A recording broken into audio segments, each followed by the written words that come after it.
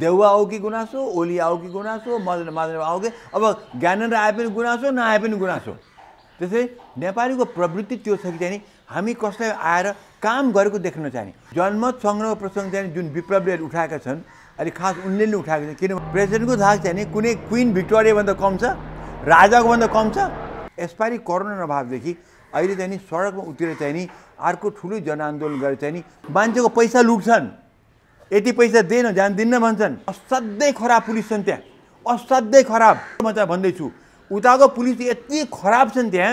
फेरि त्यहाँ के छ भने केन्द्रको हात छैन भने त्यहाँ यो बिहार र युपीको चाहिँ मेन हात छ त्यहाँ। त्यहाँ यति भ्रष्टाचार छ। बिहार त नोटोरियस छ भ्रष्टाचारमा। पुलिस त यस्ता भने भन्न खराब शब्द म युज गर्न चाहन्न त, त्यस्ता खराब छन् तिनीहरू। नेपाल सरकारले इन्टरनेसनल कोर्टमा जानुपर्छ। यो त जघन्य यो। धन्यवाद, थ्याङ्क यू। डाक्टर साहब, म विषयवस्तुको उठान यो कोरोनाको खोपबाट सुरुवात गर्न चाहन्छु। स्वास्थ्य राज्य मन्त्रीले 1,50,00,000 डोज खोप आउँदैछ भनिराख्नु भएको छ। खोप लगाउनलाई मानिसहरूको यति बेला मारामार अवस्था जस्तै छ। असोज मसान्तसम्म कम्तीमा 1 तिहाईलाई लगाइसक्ने भन्ने सरकारको नीति देखिन्छ। यो अवस्थामा अघिल्लो सरकारले नै खोपमा केही गर्नु पर्दैन भनेर प्रधानमन्त्री बाहिरिने बेलामा भन्नुभएको थियो। खोपमा राजनीति भइरहेछ कि खोपको अवस्था यस्तै हो अहिले? पहिले सुरुमा त खोपमा कम्प्लिट लापरवाही भएको हो। हजुर, ओलीजीको सरकारको सुरुवातमा त जब यो सुरु हो कोरोना, लापरवाही नै भएको हो। बिल्कुलै व्यवस्था गरेको हो।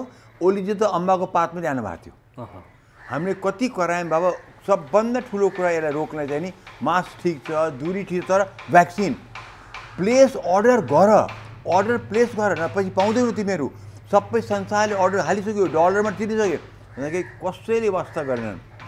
अनि के चाहिँ नि अहिले आए त्यो पछि ओलीजीको आँखा खुल्यो क्यारे, अलिकति त्यहाँ मगाए, ठिक छ आउँदैछ अहिले, त नआएको भन्दिनँ। उहाँको अन्तिमतिर त गएर त आएकै हो। अहिले पनि एकदम तीव्र गतिमा ल्याएको छ। र अहिले मुख्य देउवा आएदेखि के भएको छ भने इन्डियासँग पनि एकदम सम्बन्ध जोडेर ल्याइहाल्यो। फेरि अमेरिका पनि आइहाल्यो, तत्काल आइहाल्यो। र सबभन्दा राम्रो कुरा के चाइना, चाइनाको बडे बडपन देखायो के। उसले अस्ति एम्बेसडरले के भनिदिनु भनेदेखि हामीलाई कुन सरकार चाहिँ नेपाल मतलब छैन, नेपालीलाई भ्याक्सिन दिनु छ, हामी एकदम भन्दा कि त्यो पनि यो सरकारको एक प्रकार सफलता हो कि। न त भने चाहिँ नि यहाँ ओलीजी त चिनतिर लम्पसार परेर इन्डिया ठडाउनु भएको थियो, त्यसो गर्नु पर्दो रहेछ कि। दुईतिर उत्तिकै सम्बन्ध कायम गर्न सक्दो रहेछ भनेदेखि। अब अहिले भ्याक्सिन आएको छ, मेरो पनि त्यही विचार छ कि अहिले के हुँदैछ भने हेर्नुहोस्, 75% जनतालाई दियो भनेदेखि हर्ड इम्युनिटी भने बथानको सुरक्षण, बथानमा आउने सुरक्षण जुन छ, हामी सुरक्षित हुन सक्छौँ। त्यसको लागि पपुलेसनको 2 तिहाईलाई भ्याक्सिन दिनु पर्दो रहेछ। 75%लाई होइन, 75%लाई दिनु पर्दो रहेछ।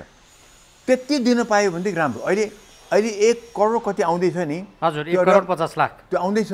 अहिले कतिलाई त दिइ पनि सकेको छ। सो त्यसले हामीले धेरै मद्दत गर्छ। अहिले पनि हेर्नु होला, जति बढ्न पर्ने थियो नि, अहिले जो वात्त खोले नि, अहिले जे भए पनि बार सार नखोले पनि त यातायात त खोलिदिने मोडलेस, त्यति राम्रो मोनिटर नगरिकन खोलेका छन्। त्यही पनि वात्त बढाएको छैन कि हामी कहाँ।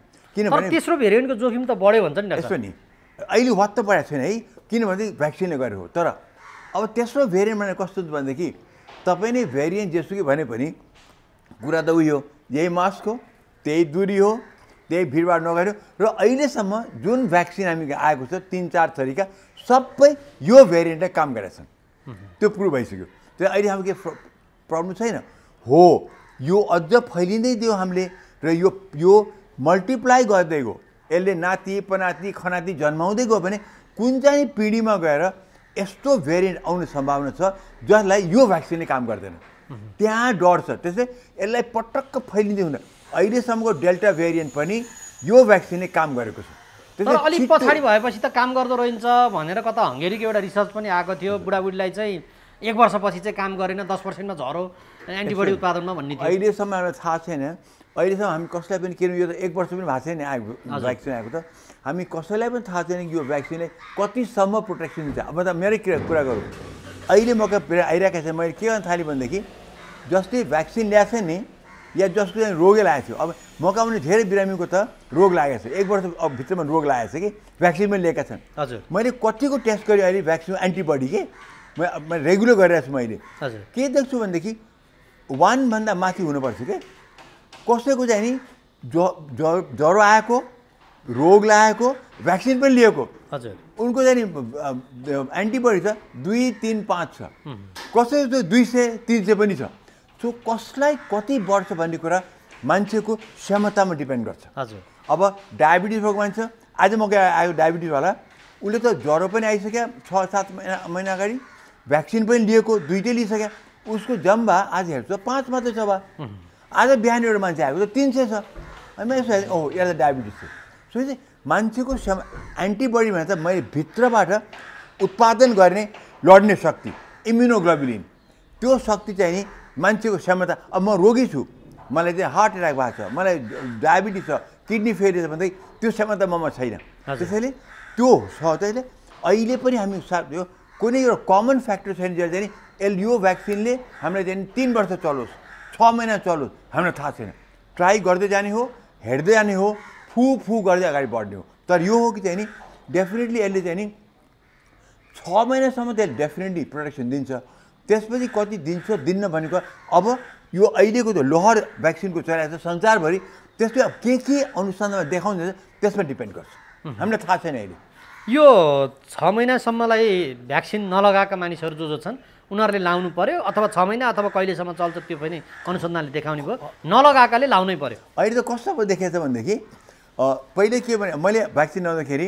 मैले जुन दिएँ 4 हप्तामा बढाउँछु भने त्यो बेलामा त्यही थियो एस्ट्राजेनेका 4 हप्ता लाउनु पर्छ भनेको थियो पछि अब भ्याक्सिनै थिएन हामी क्या सो उसले चाहिँ 8 हप्ता 10 हप्ता गर्दै गर्दै आखिरमा 12 हप्ता पुऱ्याएर मलाई 12 हप्तापछि मैले लाउनु पाएको अहिले एस्ट्राजेनेका भ्याक्सिनमा जुन कम्पनीले बनायो नि अक्सफोर्ड युनिभर्सिटीले उनले रिसर्च गरे के बताए थाहा छ अहिले एस्ट्राजेनेकाको भ्याक्सिन सबभन्दा राम्रो नतिजा दोस्रो कहिले लिने थाहा छ पहिले 4 हप्ता भने मैले 12 हप्ता पाएँ अहिले अक्सफोर्डले नै रिसर्च गरेकोमा के भन्नु थाहा छ 45th विकमा भने मतलब झन्डै 10 हप्तापछि लिँदाखेरि झन् राम्रो नतिजा भनेको छ त्यसो ऐसे अब सबै अनुसन्धानमा डिपेन्ड त्यसो भए त अब यो कोभिडसिल्ड योभन्दा अगाडि लगाएका ज्येष्ठ नागरिकहरूलाई सरकारले जापानबाट आउने एस्ट्राजेनेकाको खोप जुन दिँदैछ त्यो उपयुक्त समय भएछ त्यो ठिक छ एब्सोल्युटली कुनै प्रब्लम छैन किन अहिले त अक्सफोर्डले नै रिसर्च गरेर 45 विक्स वर्षमा 52 हप्ता हो भने 1 वर्ष पुग्नु 7 हप्ता अगाडि छ भने झन् 10.5 महिना 10.5 महिना लगाए पनि झन् राम्रो नतिजा भने भनिरहेको छु हामीलाई डर छैन पटक्कै अहिले हामीलाई डर छैन हामीले लाग्छ अब अहिले त के भएको छ भने इजरायलमा अस्ति सुरु गरे त्यो खोप लगाएका 2टा लगाइसके उनीहरूले त फाइजरको लगाए हुन् 2टा लगाइसकेर पनि उमेर पुगेर 60 वर्षमा बाँचेकोलाई उनीहरूले के गरे भने बुढाबुढा 3rd डोजले बुस्टर भनेर दिएको छ उनीहरू डराएको छैन कुनमा फेरि बढ्छ भनेर त्यसैले यो सबै अहिले अनुसन्धानको विषय भइरहेछ हामीले खोप त लगाएका छौँ कुन चाहिँले कुन पपुलेसनमा कस्तो खालको एथनिक ग्रुपलाई के गर्छ अहिले कस्तो रोगीलाई के गर्छ हामीलाई थाहा छैन हामी जुन एडभाइस दिएको छ त्यही बमले चल्ने हो तर नतिजा के आउँछ अब 1 वर्ष 2 वर्ष 3 वर्षमा थाहा हुन्छ यो अहिले धेरै नागरिकहरूलाई यो खोपको विषय अलि बढी चासो पनि भयो हामीले त्यही भएर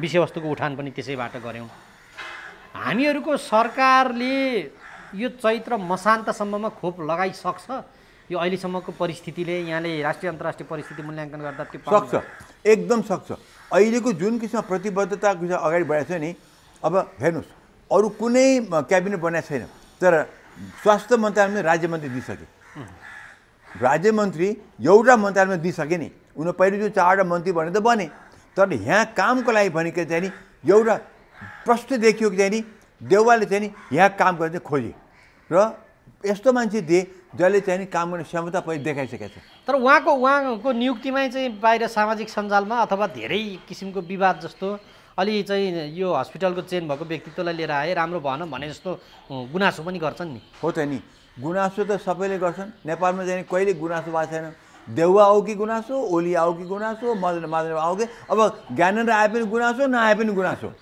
त्यसै नेपालीको प्रवृत्ति त्यो छ कि चाहिँ नि हामी कसलाई आएर काम गरेको देख्न नचाहने पहिलो दिनदेखि नै खुट्टा तान्न थाल्ने अब उमेश श्रेष्ठ भने मैले तपाईँलाई बताउँ यो मान्छेले एक्लो त्यत्रो लिटल एन्जल कुन तहबाट कहाँ पुऱ्यायो हजारौँ स्टुडेन्ट उसले पढाएको छ कति वर्षदेखि पढाएको छ। एउटा स्कुल होइन, भरतपुरमा स्कुल खोलिसकेको छ र त्यो व्यक्तिले एक्लै त्यो गर्न क्षमता भएको व्यक्ति, त्यसमा आफ्नो एउटा व्यापारी व्यवसाय पनि मान्छे हो भनेदेखि उसले गर्न सक्छ, क्षमता देखाएको छ, ड्यास छ, उसमा बुद्धि पनि छ, प्रोग्राम चलाउने बुद्धि छ। र दोस्रो कुरा, तेस्रो सबभन्दा महत्त्वपूर्ण कुरा, अहिले स्वास्थ्य मन्त्रालयमा पैसा प्रचुर छ, किनभनेदेखि खोपको लागि अरबौँको चाहिँ नि त्यहाँ पैसा छ।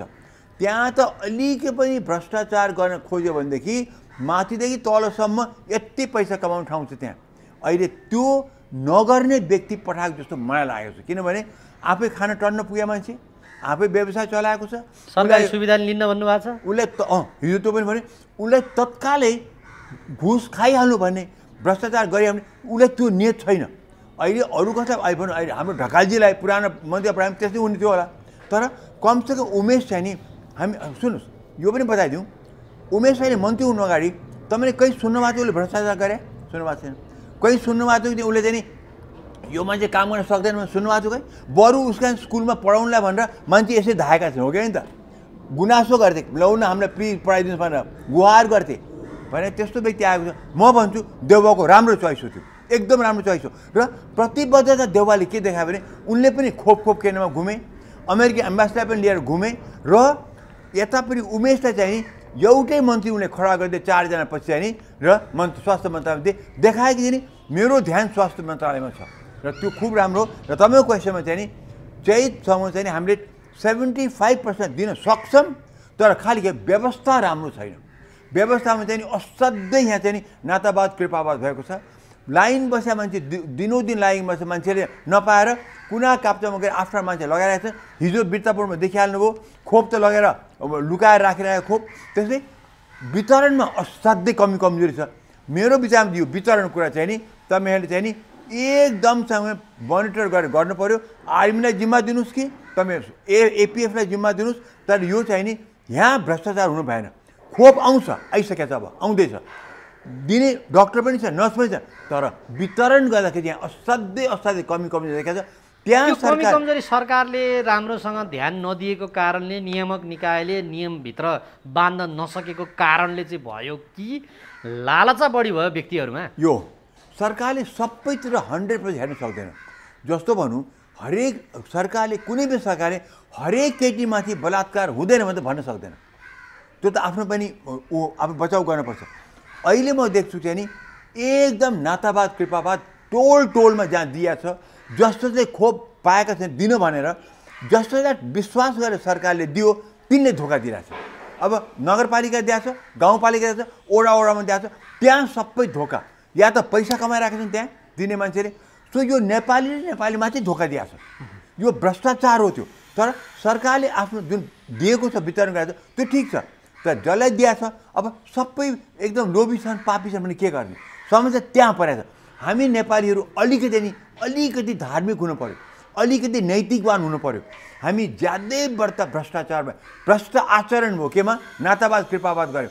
हिजो माथि बिर्तामा त्यो किस्सा देखिहाल्नुभयो। हिजो चाहिँ त्यहाँ उनले भने त्यो बिर्तामा त्यो विद्यार्थी परि 5 वटा विद्यार्थी गठबन्धनले गरे नि, के भन्यो भने 10 घन्टा लाइन बसेर त्यहाँ बुढाआमा बाबुआमा चाहिँ फर्के, यहाँ बगलमा चाहिँ सबै खोप दिइराखेको छ। त्यो भ्रष्टाचार हो। मैले सुनेको थिएँ के भने एकचोटि सुनेको थिएँ मैले, एक खोपको 7-7 हजार रुपियाँमा बिक्री भएको छ अरे, किनबेच पनि भएको छ भन्ने।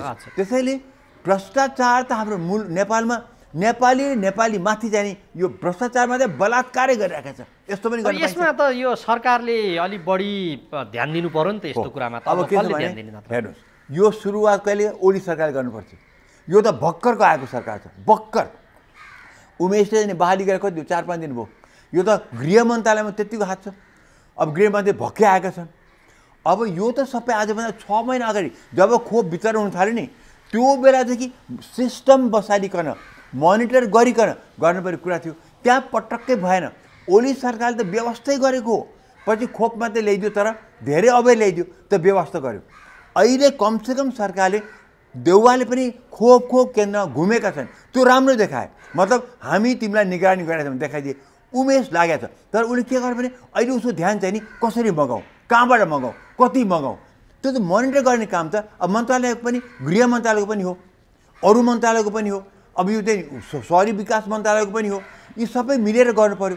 टोल मेयरको यहाँ त म भन्छु सबै छुट दायित्व मेयरहरूको छ।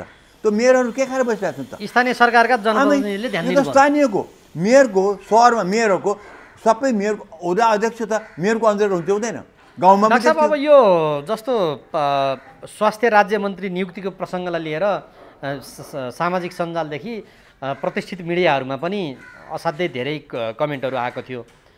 यहाँले अघि नै भन्नुभयो असाध्यै राम्रो व्यक्ति आएको चाहिँ छन् भन्नुभयो।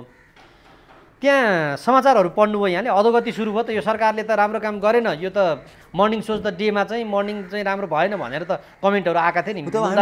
हामीले डेलाई पर्खौँ न, मेरो भनाइ थियो मर्निङ सोज द डे भन्यो त्यो भन्नु सहिलो छ, तर हामी डेलाई पर्खौँ। म पनि अरू थो भन्दिनँ, म डेमै पर्खौँ, डेलाई पर्खौँ। तिमीले भनेअनुसारले मर्निङ सोज द डे भने तिम्रो विचारमा मर्निङ सूर्य देख्ने बित्तिकै खत्तम हो भन्यो। म पनि होइन, डे हेरौँ न हामी, माने काम गर्न देऊ न बाबा। 2 दिन भएको छैन काम गर्न आएको, उसले अहिले 3 दिनमा त 8 लाख 10 लाख भ्याक्सिन उसले पनि ल्याइसक्यो भनेदेखि यो प्रवृत्ति हाम्रो खराब। हेर्नु चाहे त्यो जेलाई पनि गलत देख्ने प्रवृत्ति भयो होइन। सुरु त्यो मात्रै कारण छ, कारण पोलिटिकल कारण, नाताको परिवारको कारण, पोलिटिकल कारण, भ्रष्टाचार। अब त्यहाँ अहिले विचार गर्नुहोस् त, त्यो मन्त्रालयमा अरबौँ रुपियाँ छ। आज स्वास्थ्य मन्त्रालयमा त्यति पैसा कहिले पनि थिएन, अरबौँ रुपियाँ भन्छ भ्याक्सिनमा छुट्याएको छ हो किन? त्यहाँ अहिले चट्ट बस्नु कसो जान पायो भनेदेखि त्यसलाई कति फाइदा होला। त्यो नपाएपछि, त्यो लड्डु नपाएपछि कतिजना हत्या होलान्। अनि उनीहरूले त्यहाँ क्याम्पेन गरेनन्, यसलाई त वो आफ्नो उमेश गएको छ उसले त त्यो ठाउँमा हामीले पो खान पाउनु पर्छ, त्यो मनमा नहोला? त्यो यहाँ त भ्रष्टाचार, त्यो सञ्जालमा देख्नुभयो पोलिटिक्स छ, त्यहाँ भ्रष्टाचार छ, त्यहाँ पारिवारिक कुराहरू छ त्यहाँ। र चाहिँ नि यो सबै कुरा भएपछि त्यो हामी नहेरौँ। हामी अब हेर्दाखेरि सोधेछ उमेश गएको छन्, उनले काम गरेर देखाउन सिधै देखायो भने मर्निङ सोच द डे, देखाएन भने पनि मर्निङ सोच द डे, त्यो डेलाई त पर्खिनु पऱ्यो मुख्य कुरो त्यो। डाक्टर साहब जस्तो अब यो मनाङ जिल्ला चाहिँ खोप लगाइसकेको जिल्ला भएछ, अब त्यो मनाङसहित अब जुन अरू जिल्लामा चाहिँ यति बेला स्थानीय सरकारले चाहिँ कम्तीमा आफ्नो निश्चित गाउँपालिकालाई, निश्चित वडालाई, म मेरो चाहिँ त्यो सरकारको प्रधानमन्त्री त त्यही स्थानीय प्रतिनिधि नै भयो, उसले त्यस्तो कुरामा चासो दिन पर्नेमा स्थानीय सरकार चाहिँ अलिक प्रभावकारी रूपमा चाहिँ सङ्घीय सरकारलाई झकझक्याउन नसकेको हो। स्थानीय सरकारको त अहिले त के देखिन्छ भने प्रोभिन्सहरू कुरा गर्ने हो भनेदेखि प्रोभिन्स नम्बर 2 हजुरमा जुन जति काम देखिया छ जनकपुरको त्यति त कस्तो गरेका छन्। स्थानीय सरकारमा देखिहाल्नु काठमाडौँ रोग त सबै ती सरेको छ, किनबेच, आइराम गयाराम, आज सांसद आउट, आज सांसद इन, पैसाको खेल छ। तपाईँ अहिले हेऱ्यो भनेदेखि प्रवेश 2 मा मात्रै हो जहाँ चाहिँ नि कटिबद्ध भएर त्यो चाहिँ हाम्रो त्यहाँको रावत चाहिँ जो लाग्नु भएको छ तिनीहरू चाहिँ लागेको छन् कि उनलाई के देखाउनु छ भनेदेखि मधेसीहरूले मधेस गर्न सक्छन् भने देखाउनु परिरहेछ, देखाइरहेका छन्। अन्य त सबै चाहिँ हेर्दाखेरि खाउ भयो, जति सक्छ खाऊ। प्रदेश 2 भन्दा अरू अन्यत्रतिरको सरकार चाहिँ लुछाचुडीमै रमायो। अलिकति भरतपुरमा चाहिँ नि यो हाम्रो प्रचण्डको छोरीले चाहिँ नि भरतपुर चाहिँ चितवनमा राम्रो काम गरेको छ। त्यो चाहिँ मैले देखाएको कि म आफै त्यहाँ जानुभएको हुनाले चितवनमा रेणु दाहाल उनले चाहिँ चितवनमा राम्रो काम, त्यो चाहिँ मैले देखेको छु, आफ्नो आँखाले देखाएको छु। उनलाई सुरुमा आलोचना पनि गरे नि त, तर त्यो उयो हो प्रचण्डको छोरी भनेर आलोचना गरे, त्यही हो। पोलिटिक्स हो यो, खालि पैसाको कुरा हो। बाबा काम त गर्न देऊ, रेणुलाई काम गर्न देखाइदिए। अहिले म देख्छु चितवनमा बाटो घाटो यता यस्तो राम्रोसँग छ। अब भन मेरो घरको छिमेको घेरको जो बाटो थियो अहिले भर्खर आज 10 दिन भयो बनिराखेको छ, मैले देख्दैछु कि। सो काम गर्न दिनुपर्छ मान्छेलाई। अब रेणुलाई त्यो बेलामा जो जति गाली गरे जे गरे प्रचण्डको छोरी भनेर गरे हो, त्यो पोलिटिकल हो त्यो। आखिर उनले त मर्निङ सो द डे हो भने त डे त देखाइदिनु, उनले त राम्रो देखाएको छ। तर अहिले सबभन्दा राम्रो काम कहीँ गरेको छ भने जनकपुर प्रदेश 2ले नै गरेको छ। त्यहाँ चाहिँ नि उनीहरू चाहिँ कटिबद्ध भएर लागेका छन्। मलाई त खुब चित्त भयो, खुब राम्रो देखाएको जनकपुरको। अन्यत्रतिरको सरकार चाहिँ बनाउने ढलाउनेमा मात्रै सीमित भयो, त्यसैमा सीमित भए। पैसाको चलखेल, काठमाडौँको जे जति रोग थियो, यहाँको जुन रोगले गएको हामीले चाहिँ नि वाक्क भएका थियौँ। अनि त्यही पनि बाबा प्रोभिन्स फेडरलिजममा जाउँ, प्रोभिन्सियल सरकार बनाऊँ भने जुन हामीले नै भनेका थियौँ, यस्तो कुहिएको यो केन्द्र भयो, बरु पेरिफेरीबाट मुलुक बलियो बनाऊ भन्दाखेरि त त्यहाँ त यहाँको रोग ठ्याक्क त्यहाँ सर्दियो।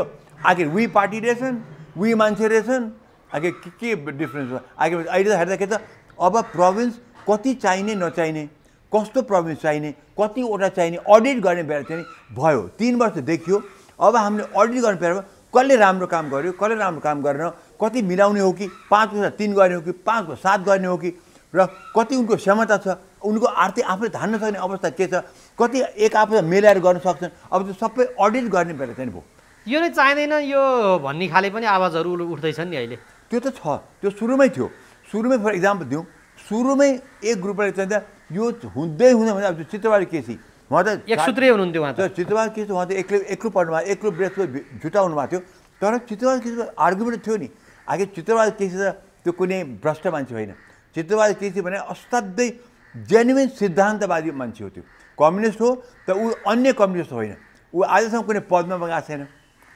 आफ्नो एरियामा सधैँ जितेको मान्छे र ऊ राष्ट्रवादी मान्छे हो उसले पनि कुनै कारणले भन्यो होला कि हामीलाई चाहिन्न त हामीले पनि कुनै कारणले भनेको कि चाहिन्छ हामीले पनि भने होइन केन्द्रले ज्यादै सबै पावर समेट्यो सबै मन्त्री बनेर यहाँ आएर बसे चुनेर यहाँ आएर बसे आफ्नो महल बनाए प्रोभिन्सलाई आफ्नो एरियामा छोडे गर्दाखेरि विकास भएन हामीले पनि भन्यौँ प्रोभिन्स चाहिन्छ भने मैले भने चितुवाले भन्नु होइन त्यो गऱ्यो भनेदेखि नेपाल बिखर्नु हुन्छ भने भन्नुभयो जे होस् सायद उहाँको पनि केही ठिक थियो मेरो पनि ठिक थियो अहिले म भन्दैछु प्रोभिन्स हामीलाई चाहिन्छ तर अब कमी कमजोरी हेरेर कति चाहिन्छ कसरी चाहिन्छ र कहाँसम्म चाहिन्छ भन्ने कुरा अब हामीले त्यो विश्लेषण गरेर कार्यान्वयन नै गर्ने अब समय पुगेको छ त्यो गराइदिने कसले हिजोको दिनमा पनि यो त आयातित एजेन्डा भन्थे अब त्यो गराइदिने काम थियो नि जुन अब आउने अहिले गर्न सकिँदैन अब आउने इलेक्सन जुन छ इलेक्सनमा जुन व्यक्ति चुनेर आउँछन् एउटा यसको मुद्दै बढाउनु आफ्नो आफ्नो पार्टीहरूले आफ्नो आफ्नो यसमा मुद्दै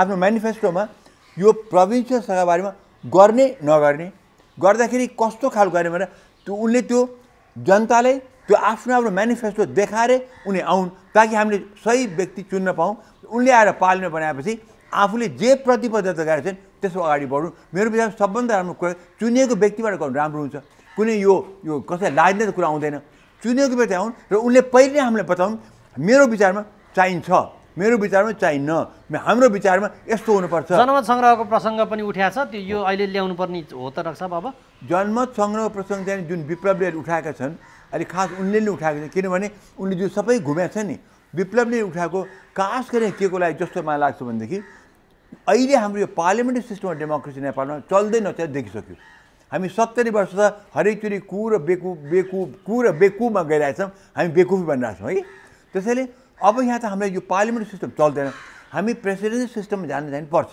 डाउट छैन अथवा पिपुल्स इलेक्टेड प्राइम मिनिस्टर पनि त्यही हो दुइटा हो तर त्योभन्दा राम्रो त जानु हो भनेदेखि फुल स्केलमा जाउँ यो अर्ध किन जब जानु नै यो पटक्कै भएन भनेदेखि त्यो खुट्टै काट्नु छ भने त काटि नै दिउँ बरु अनि निर्दलीयता आउँछ निरङ्कुशता आउँछ भन्छ नि त्यस्तो भयो भने अहिलेको चाहिँ अहिले कति पो चाहिँ हामीलाई फाइदा भएको छ अहिले पो निर्दलीयता र निरङ्कुशता ओलीजीले देखाएन ओलीजीले यति यो 3 वर्ष त डिक्टेटरसिप चलाएन र उनले उनको विरोधमा को बोल्न सक्थे आज पनि एमालेमा कोही बोल्न सक्छन् सोध्यो नि त्यो बेला त कसले बोल्ने उनले चाहिँ नि जे गरे पनि हुन्थ्यो दलीय सिस्टममा दलको नेता जो ठुलो नेता छ उनै निरङ्कुश बन्ने चाहिँ हुँदो रहेछ होइन डाक्टर साहब अहिले त म के देख्छु भने हामीका डेमोक्रेसी त हामीले साँच्चै अभ्यासै गरिरहेछ हाम्रो कुनै नेताले पनि डेमोक्रेसी अभ्यास त गरेको रहेछ जाने पनि रहन्छ सिके पनि रहन्छ र सिक्नु चाहेको पनि रहन्छ मेरो त त्यो विचार त्यस्तै जहाँ पनि हेर्नु होला डिक्टेटरसिप नै चलाउनु खोज्दा मेरै मात्रै हैकम चलोस् भनेर यो अहिले प्रष्ट रूपमा देखाउने त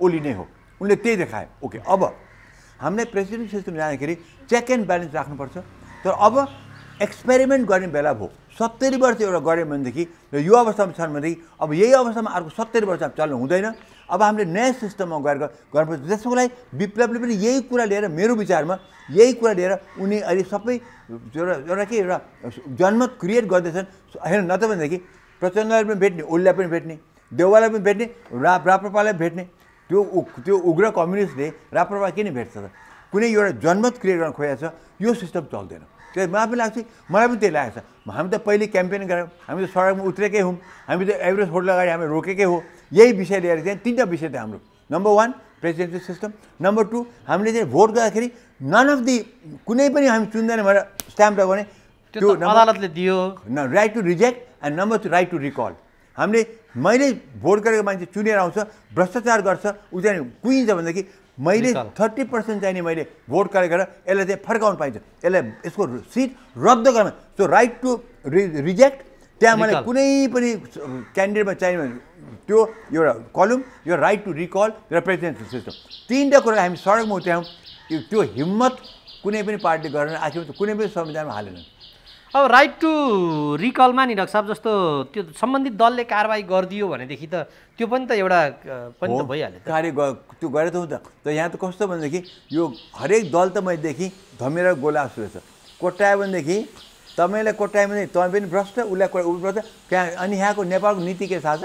हाम्रो पोलिटिकल नीति, तैँ भी चुप मै भी चुप, गुपचुप। किन हामी सबैलाई कोट्याउने बित्तिकै सबै कहीँ न कहीँ चाहिँ भुर्र चाहिँ हाम्रो भ्रष्टाचार चाहिँ उम्लेर आउँछ। त्यसैले कुनै दलले कोही माथि कारवाही गर्छ आशै नगर्नुहोस्, कसैले पनि गर्दैन। बाध्य भएर नाकमा बल्छिरहेको कसैलाई गरे भनेदेखि त्यो अचम्म कुरा हुनेछ। नत्र पनि यहाँ कुनै पार्टीले कोही आफ्नो मान्छे गर्छ, किन गरेर उसले पोल खोल्छ। जस्तो देख्नु भएन, जब चाहिँ एमाले पहिले फुट्यो नि, याद छ त मलाई, एमाले भयो नि, खुला मञ्चमा कस्तो भयो, वामदेवलाई के कतिसम्म भएको थियो, यही हाम्रो प्रदीप नेपाल नै भने होइन, उनीहरूले भने होइन र कति चाहिँ यसले कति घुस खान्छ, कति सुन ओसारेछ थाहा होइन भने भाइ फुटे गवा लुटे।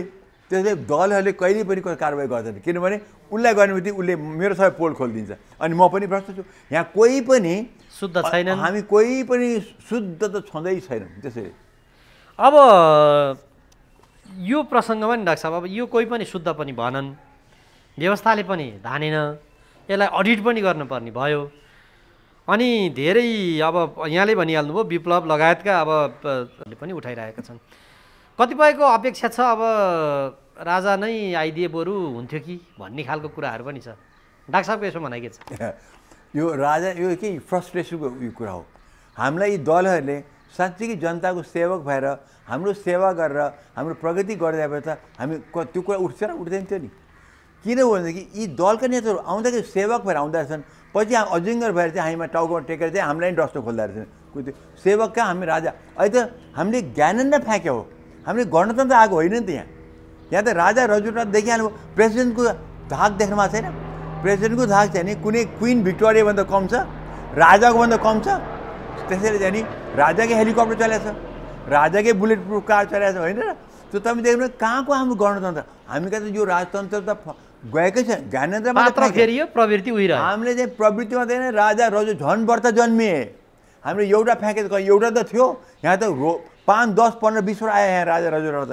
जसले जे गरे पनि हुने भयो, लुट बच्चा छ अहिले त। त्यसैले अहिले फ्रस्ट्रेसन भएर त्यो कुरा उठेको र जो मान्छे जेन्युन राष्ट्रवादी छन्, जो मान्छे जेन्युन देशको प्रगति खोजेको थिए, जो मान्छे सडकमा उत्रेको थिए, जो मान्छे सडकमा उत्रेर के होला कि उत्रेको थिए, त्यो सबै नपाएपछि यो आवाज उठ्नु कुनै अचम्मको होइन।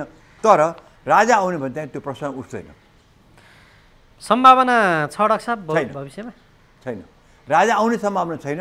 तर यिनी सप्रिने चाहिँ नि सम्भावना हुनुपर्ने हो, त त्यो सम्भावना पनि म धेरै देख्दिनँ। राजनीतिक दलहरू पनि सप्रिने सम्भावना नै छैन। कसलाई मैले त कुन चाहिँ नेता सप्रिया देख्नुभयो त? कुन चाहिँ ने सप्रिया देख्नु आयो तपाईँले? अब एकजना निरङ्कुश शासक जन्मिनु पर्यो त्यसो भए? अहिले मध्ये त्यो होइन, छैन। जन्मिनु पऱ्यो, आउनु पऱ्यो एउटा शुद्ध जेन्युन नेता।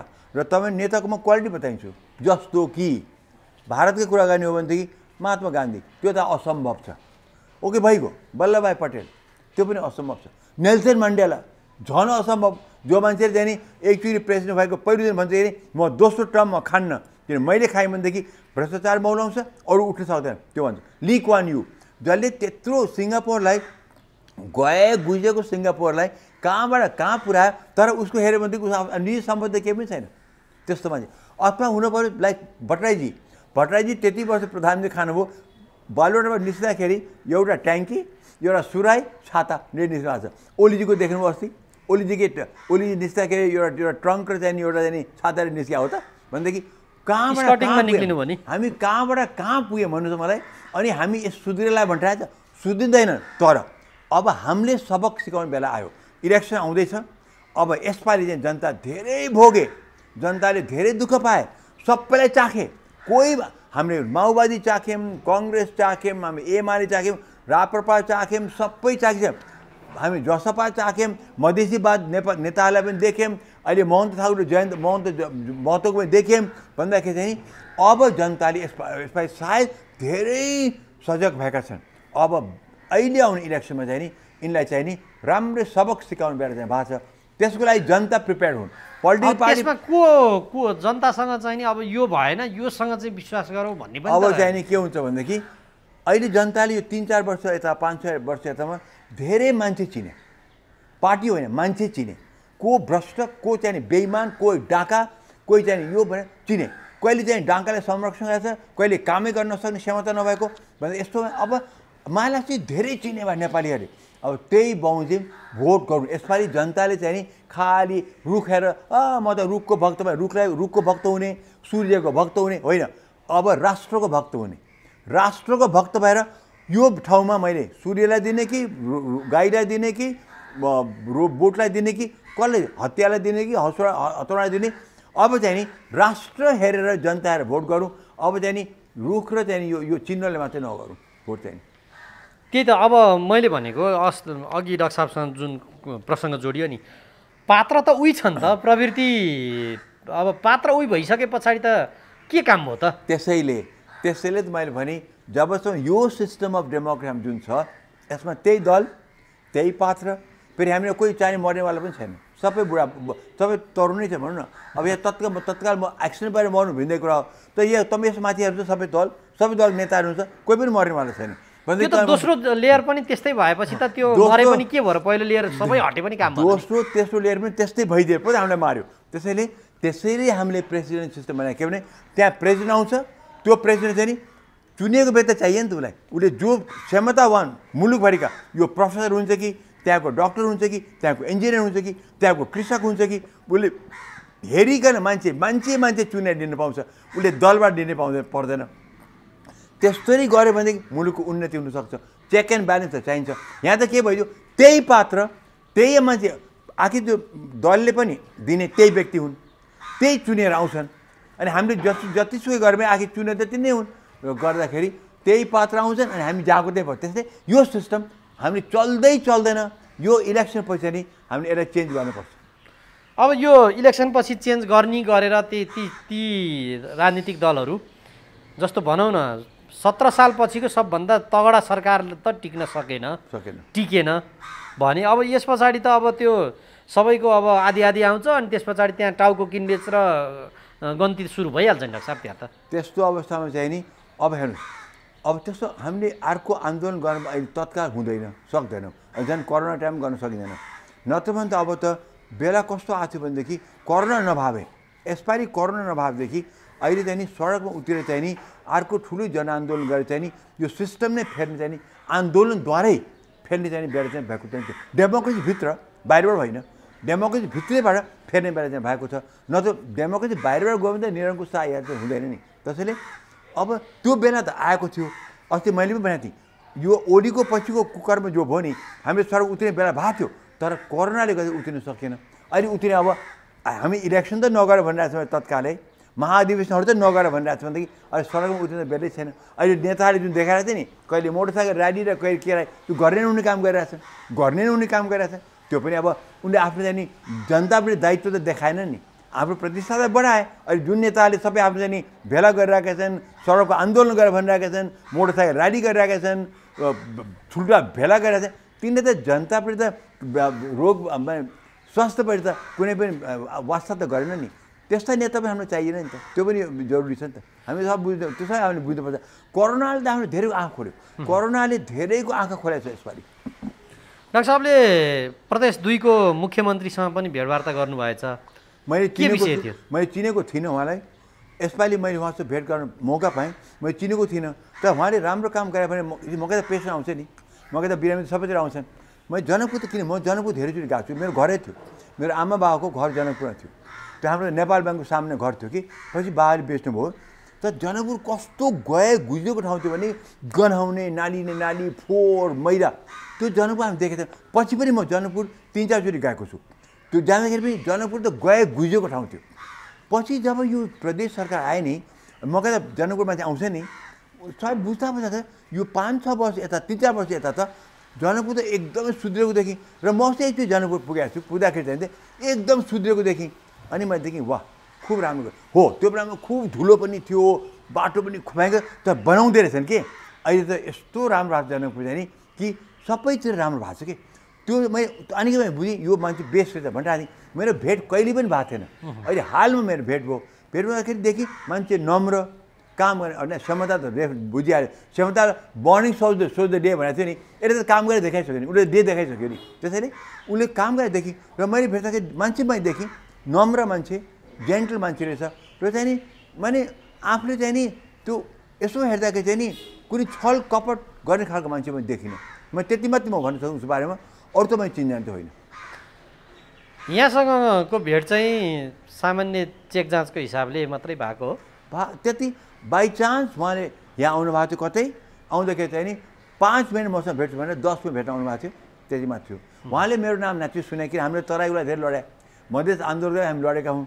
म त त्यो जब त्यो संविधान जारी गर्दाखेरि जब चाहिँ मधेसमा गोली चल्यो नि रङ्गेलीमा मान्छे 3टा त मरे नि त्यो रङ्गेलीको त्यहाँ बिचरा तिनीहरूले सहयोग गर्न म गएको थिएँ नि यहाँबाट त हामीबाट पैसा पनि लिएर लुगा फटेर म त्यहाँ पुगे पनि छु उनीहरूलाई थाहा छ कि हामी पनि सहानुभूति छ मधेसपट्टि हाम्रो सहानुभूति छ थाहा छ त्यो उसले हाम्रो नाम सुने मैले चाहिँ उनलाई चिनेको थिइनँ तर उनको नाम चाहिँ आज मुख्यमन्त्री भएपछि मुख्यमन्त्री भएपछि मैले नाम सुने मात्रै हो तर गरेका काम चाहिँ नि मैले सुन्दै आएको छु किन म कहाँ जनकपुरतिरका राजबाटका मान्छे आइरहन्छन् कि सुनिरहेका थिएँ त अहिले हालमा भेट पाउँदाखेरि मलाई पनि खुसी लागेको छु मान्छे बेस्ट रहेछन् अब 2 नम्बर प्रदेशको मुख्यमन्त्री बाहेक अरू प्रदेशका मुख्यमन्त्रीले चाहिँ काम गर्न मैले हेर्दाखेरि त त्यहाँ त काम गर्न नसक्या हो कि काम गर्न नपाएको हो कि यो काठमाडौँको यो राजनीतिले गए त्यहाँ अस्तव्यस्त भएको हो कि अब ईश्वर परेको कुरा गर्छ उसको त्यो पोखरेलको के शङ्कर पोखरेल शङ्कर पोखरेल अब त्यहाँ उसको दया न अब अहिले उसको ऊ अल्पमा त परिसकेको छ अब कहाँ जाल झरेर पनि के गर्ने हो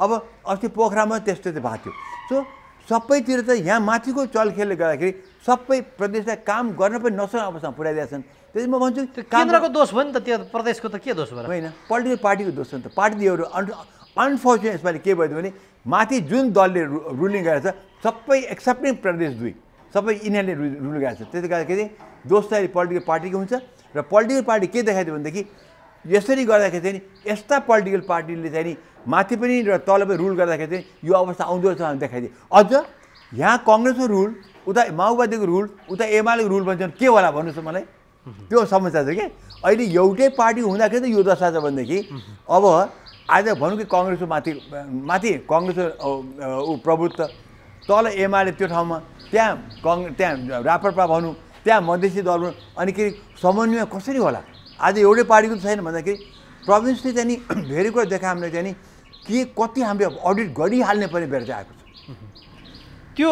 अडिट गराउँदाखेरि भोलि यो नरहन पनि सक्ने भयो नै नरहने चाहिँ त म भन्दिनँ किनभने राख्नै पर्छ हामीले पनि भनेको थियौँ चाहिँ नि कमसेकम उनको पहिचानको लागि इज्जत सम्मान पहिचान उत्थानको लागि गर्न पर्थ्यो हामीले त्यही हिसाबले भनेको थियौँ तर त्यो भएन खालि भ्रष्टाचार मात्रै मौलायो चलखेल मात्रै मौला त्यो नहुनुको लागि के गर्नुपर्छ त्यो विचार गरौँ अनि अडिट गर्दा थपिन सक्छ डाक्टर साहब अघिल्लो संविधान सभाको जुन पहिलो संविधान सभामा त 11 प्रदेशमा चाहिँ 14 15 पनि भनेको थिए ओलीले 2टा भनेको थिए ओलीको अडान 2 या 3 मा हो कतिमा थियो अझ पछि बाबुराम भट्टराईले 14 15 भन्न थाले के भने यो त सबै यो के थियो भने त्यो बेला तपाईँ कुरा बताउँछ है त त्यो बेला के भएको थियो हामीले भन्यो साइन्टिफिक पहिले वैज्ञानिक तौरमा छुट्याऊ कोठाभित्र बसेर होइन वैज्ञानिक 6 महिना 1 वर्ष देऊ पुरा टिमका टिम राख त्यहाँ चाहिँ नि भूगोलविद त्यहाँ अर्थविद त्यहाँ नेचुरलको विद सबै राख चाहिँ नि 5-10 कमिटी बनाएर चाहिँ नि पहिले साइन्टिफिकली गर साइन्टिफिक गरेपछि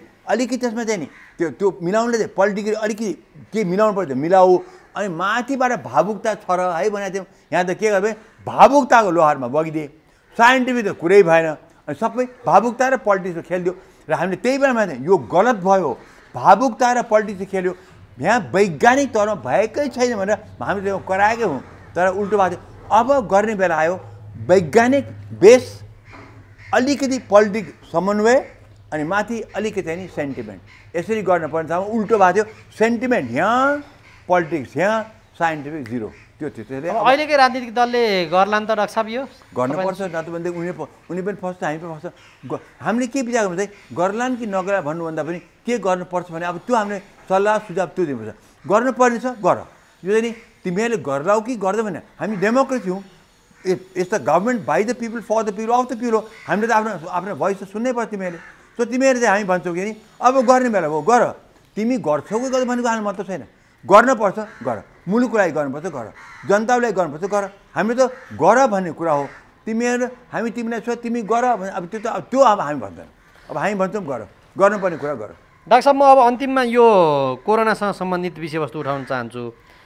यो अहिले सरकारले खुल्ला गरिदियो, अनि यो विभिन्न भेरिएन्टहरू पनि आए, के कप्पा डेल्टा यो लगायतको आयो। आगामी दिन कतिको चुनौतीपूर्ण छ हामीलाई? चुनौतीपूर्ण त असाध्यै चुनौतीपूर्ण छ, तर यसमा चाहिँ नि सबभन्दा पहिला खोपै हो।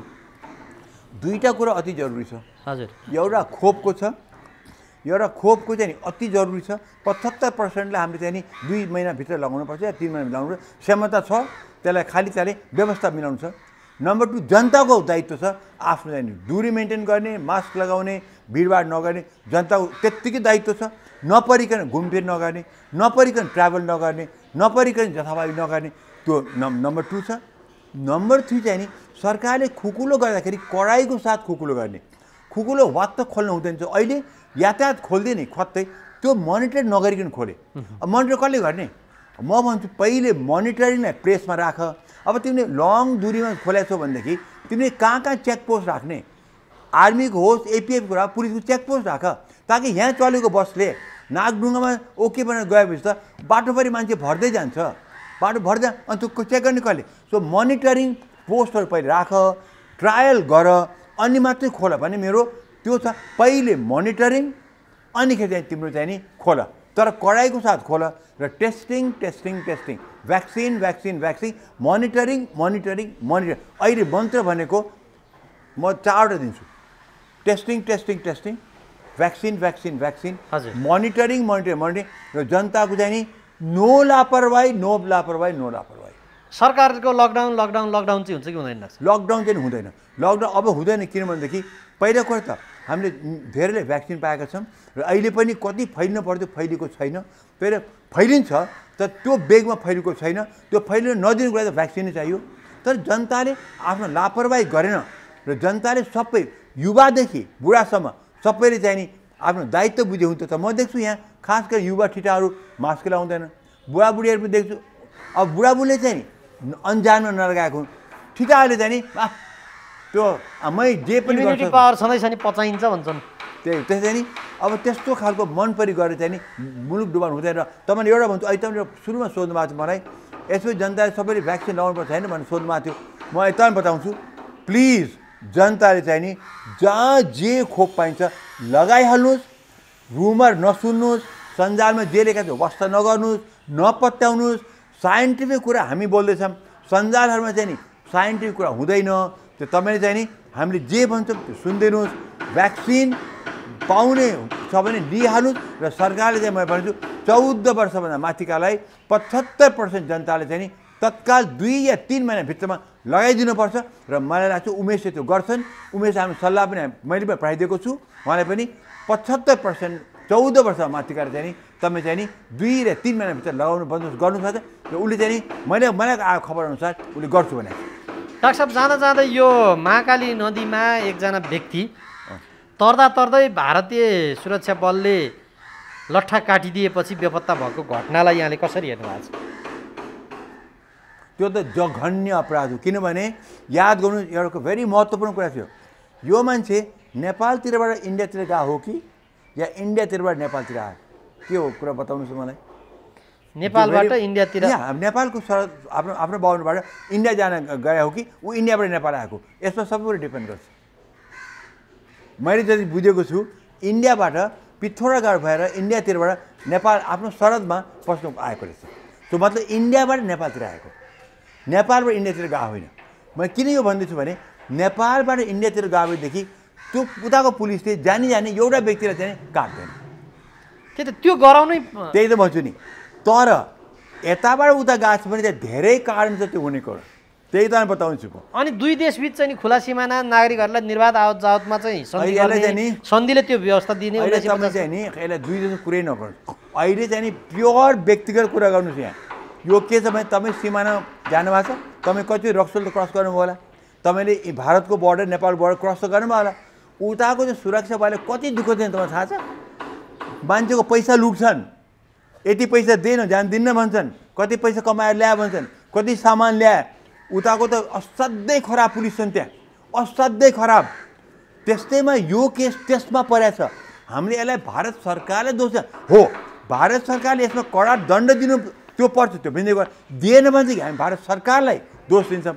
न यो प्योर व्यक्तिगत पुलिसहरूको ज्यादती हो त्यो, किनभने पक्कै यो व्यक्ति इन्डियाबाट नेपाल आएको, जो मैले सुनेको छु इन्डियाबाट नेपाल आएको हो भने उसले जाँदाखेरि काममा गएको थियो, या पैसा छ उसँग, त्यो पैसा लिनमा यिनीहरूले चाहिँ त्यहाँ वाद विवाद भएको छ। यति दे भन्यो होला, उसले दिन सक्दिनँ या दिन्न, या किन दिने भने त्यहाँ भयो तत र म भयो। त्यसैले चाहिँ नि ल यसलाई त जा त भने मेरो विचारमा। तर उसलाई फेरि हेर्नु दुई तिनजना त्योमा दुई तिनजना छैन, एकजना मात्र छ कि उसले जाने बित्तिकै उसले चाहिँ नि म सुन्छु काटेको छ अरे भने मतलब रिस फेरेको, दुष्टाइसँग रिस फेरेको थियो। किनभने त्यहाँ पक्कै चाहिँ पैसाको या सामानको वाद विवाद भएको छ। मान्छे मार्न चाहिँ पाइन्छ त डाक्टर साहब, त्यसरी रिस फेर्न गर्न पाइन्न नि, त्यो गर्न कसले भने पाइन्छ भनेर, त्यो गर्ने नहुने कोही जघन्य अपराध हो भन्दैछु म तपाईँलाई। तर त्यो रोक्नु पर्यो, त्यो रोक्नु चाहिँ नि अब हाम्रो नेपाल सरकार, इन्डिया सरकारले यो ज्यादती नेपाल तर्फबाट कहिले पनि भएको, हाम्रो पुलिसले कहिले गरेको छैन। उताबाट मैले भोगेको छु भने, मैले भोगेको कुरो म तपाईँ भन्दैछु। उताको पुलिस यति खराब छन् त्यहाँ। फेरि त्यहाँ के छ भने केन्द्रको हात छैन भने त्यहाँ यो बिहार र युपीको चाहिँ मेन हात छ त्यहाँ। त्यहाँ यति भ्रष्टाचार छ। बिहार त नोटोरियस छ भ्रष्टाचारमा, युपी पनि त्यस्तै छ, तर बिहार धेरै बढ्ता। यहाँका पुलिस त यस्ता भने भन्नु न, खराब शब्द म युज गर्न चाहन्न, त त्यस्ता खराब छन् तिनीहरू। र नेपालीले त लुटेका छन् त्यहाँ। त्यसै सन्दर्भमा यो भएको। त्यसैले म त भन्छु भारत सरकारले, म रिक्वेस्ट गर्छु सरकारले, भारत सरकारले अब युपी गभर्मेन्टले होइन, किन युपीतिर परेको छ, भारत सरकारले तत्काल छानबिन गरेर दोषी प्रहरीलाई चाहिँ नि पऱ्यो भनेदेखि उनको सबभन्दा कडा कानुन जे छ इन्डियामा त्यो प्रयोग गर्नुपर्छ। यो एउटा भारतीयले नेपालीलाई चाहिँ गरेछ केही छैन भने त्यो एङ्गलबाट भारतले हेर्न हुँदैन। यो मानवले अर्को मानवमाथि अत्याचार र अन्याय गरेको छ, त्यो हिसाबबाट हेर्नुपर्छ। र यो पनि म भन्छु भारत सरकारले यसमा राम्रोसँग हामीलाई चित्त बुझ्ने, नेपालीलाई चित्त बुझ्ने गरिकन गरेन भनेदेखि सम्बन्ध हाम्रो बिग्रिन्छ, नम्बर 1। नम्बर 2, त्यसो हो भनेदेखि हाम्रो नेपाल सरकारले इन्टरनेसनल कोर्टमा जानुपर्छ। यो त जघन्य अपराध, यो एउटा व्यक्ति नबटाउनुहोस्। त्यो ल्याकत राख्छ नेपालको सरकारले अहिले भारतलाई विरुद्धमा यो सुरुमै मैले भने यसलाई भारतसँग नमुसौँ, यो भारत सरकारसँग मतलब छैन। यो त्यो पुलिसहरू कुरा, त्यो पुलिसमाथि भारत सरकारले कारवाही गर्छ, मैले गर्न सक्दिनँ नि। त्यसको लागि त भारत सरकारसँग पहल गर्नु पर्यो, अथवा त्यहाँबाट भन भनेदेखि इन्टरनेसनल कोर्ट धाउनु पर्यो। हिजो खान्डले भनिसके नि, हिजो हाम्रो गृहमन्त्रीले भन्यो, कति राम्रोसँग बोलेका छन्। के भने भनेदेखि हेर्नु सान्सहरू, हामी सबैले यसमा धेरै समस्या पाएछ, तर हामीले टोली पनि पठाइसक्यौँ, छानबिन आओस्, हामीले भारत सरकारलाई अनि हामी सबै पेस गर्छौँ। हामी पर्खौँ न, केही दिन पर्खिनु पऱ्यो भने उनले भने कि त्यसबेलासम्म हामीले जथाभावी पनि नबोलौँ, जे पनि गर्ने काम हामीले खास के गर्ने भनेर उनले बोले। अब हामी भारत सरकारसँग भनेर हामी जे गर्छ गर्छौँ भने भनिसके। म भन्छु कि एक स्टेप अगाडि गएर यो एक्लो व्यक्ति नभटाउनु, यो पुलिसको ज्यादती मात्रै नभटाउनु, भारत सरकारले यसलाई कडाइको साथ दिएर हाम्रो पुरा बोर्डर तीनतिरको चाहिँ बोर्डर सिमाना छ, त्यहाँ जो सुरक्षा बल भारत सरकार राखेको छ तिनमाथि अब गुप्तचर लगाएर पनि निगरानी राखेर कति दुःख दिएर चाहिँ नेपालीले पहिले बुझुन्, त्यो बुझेपछि नि अनि कारबाही गरून्। किन यो कारबाही चाहिँ सरकार भारत सरकार गर्न सक्छ, नेपालले गर्ने होइन, नेपालले गर्न पनि सक्दैन। नेपालतर्फ यस्तो कहिले पनि हामीले भारतीय दुःख दिएको छैन, यो पक्का कुरा छ। उताबाट त भयङ्कर ज्यादती भएको छ, कामदारको फर्क एक्लैबाट सोध्नुहोस् के भएको छ भनेर। यो त एउटा जघन्य अपराध भएको छ, यो अपराध क्षमा गर्न सकिँदैन। तर त्यो पनि म त भारत सरकारलाई म भन्दिनँ, त्यो पुलिसलाई, पुलिस हो यो व्यक्तिगत कुरा छ। यो एउटा चाहिँ नि मान्छेले मान्छेमाथि गरेको अत्याचार छ, तर त्यसलाई दण्ड दिने काम चाहिँ भारत सरकारकै हो र भारत सरकारले गर्नै पर्छ। त्यो नेपालीले चित्त बुझ्ने किसिममा भारत सरकार गरेन भनेदेखि भारत सरकार चाहिँ नि अनि हामी पनि भन्छौँ तिमीले सुमधुर सम्बन्ध कायम गर्न खोज्न हामीसँग भन्छ। र नेपाल सरकार चाहिँ नि इन्टरनेसनल कोर्टमै जानुपर्छ, किन यो मानव अधिकार हनन हो, यो जघन्य अपराध हो, यो चाहिँ नि क्राइम अगेन्स्ट ह्युम्यानिटी हुन्छ। यो त्यो चाहिँ नि हामी जानैपर्छ। त्यसो भए यो अहिले क्षतिपूर्ति पनि भारतले दिनैपर्छ। उसले छानबिन हुने बित्तिकै म त्यस्तै भन्दिनँ, तर जघन्य अपराध भएको छ त्यो पक्का छ। नम्बर 1 जघन्य अपराध भएको छ। नम्बर 2 किन भएको छ छानबिन हुनु पऱ्यो, र त्यो एकचोटि त्यो सिद्धिने बित्तिकै चाहिँ नि पुरा क्षतिपूर्ति भारततिरबाट दिनुपर्छ। यसमा कुनै शङ्कै छैन। र त्यसमा चाहिँ नि यो अब खालि हाम्रो सरकारले के निगरानी राख्नुपर्छ भनेदेखि लम्बेर नजाओस्। यो उताबाट चाहिँ कमिसन गठन गर्यो, कमिसनमा अरू कमिसन गठन गर्यो, अनि मुद्दा चाहिँ कोर्टमा हालिदियो। यो त स्पेसल कोर्टले हेरिकन, आर्मीकै कोर्टले हेरिकन, एपिएफकै उनीहरूको जुन छ सुरक्षा बलको कोर्टले हेरिकन त्यसमा चाहिँ हामीले चित्त बुझेन भनेदेखि त्यो कुरा चाहिँ नि हामी इन्डियाको सुप्रिम कोर्टसँग हामी नेपाली जान सक्छ। त्यहाँ पनि भएन भने कि हामी इन्टरनेसनल कोर्टमा जानुपर्छ। यो एउटा व्यक्तिको कुरा होइन यो, र हाम्रो भारत सरकार झगडा पनि होइन। यो झगडा त्यो नेपाली एउटा मान्छेलाई अर्को मान्छेले दुर्व्यवहार र जघन्य अपराध गरेको छ, त्यसमा उनको सरकारले तिनीमाथि एक्सन लिनुपर्छ, लिनै पर्छ र हामीले कम्पनसेसन दिनैपर्छ। नत्र भने हामी नेपालीले कसरी विश्वास गरौँ कि भारतले हामीसँग सुमधुर सम्बन्ध राख्नु खोजेको छ भने। हामी त ट्राई गरेका छौँ सकेसम्म भारतसँग हामी त अद्वितीय हाम्रो सम्बन्ध छ, हाम्रो सम्बन्ध अद्वितीय छ भन्दैछौँ हामीहरू। त्यस्तो सम्बन्ध उनले त बिगार्न दिनु भएन नि। अब त्यो बल भारत सरकारको कोर्टमा छ। अब 4-5 वर्ष अगाडि एकजना गौतम थरका व्यक्तिलाई त्यहाँ सीमा सुरक्षा बलले गोली नै हानेर मारिदियो। त्यति बेला पनि यो केस त्यत्रो धेरै आएन। यस्तो खालको घटना त पटक पटक कतिसम्म नै त्यही त भन्छु नि तपाईँलाई। अब यो एउटा घटना लिएर त अब हामीले पुरा इन्डिया सरकार र नेपाल सरकारले मिलेर चाहिँ नि पुरा हामीले यो 3 तर्फ इन्डियाले हामी घेरिया छ नि, त्यो हरेक सबै नाकामा चाहिँ नि यो सरकार, यो मेनली गभर्मेन्ट इन्डियाले हो। उसले त आफ्नो गुप्तचर पठाएर हामी नेपालीमाथि कति ज्यादती भएको छ उनले बुझिदिनु पर्यो।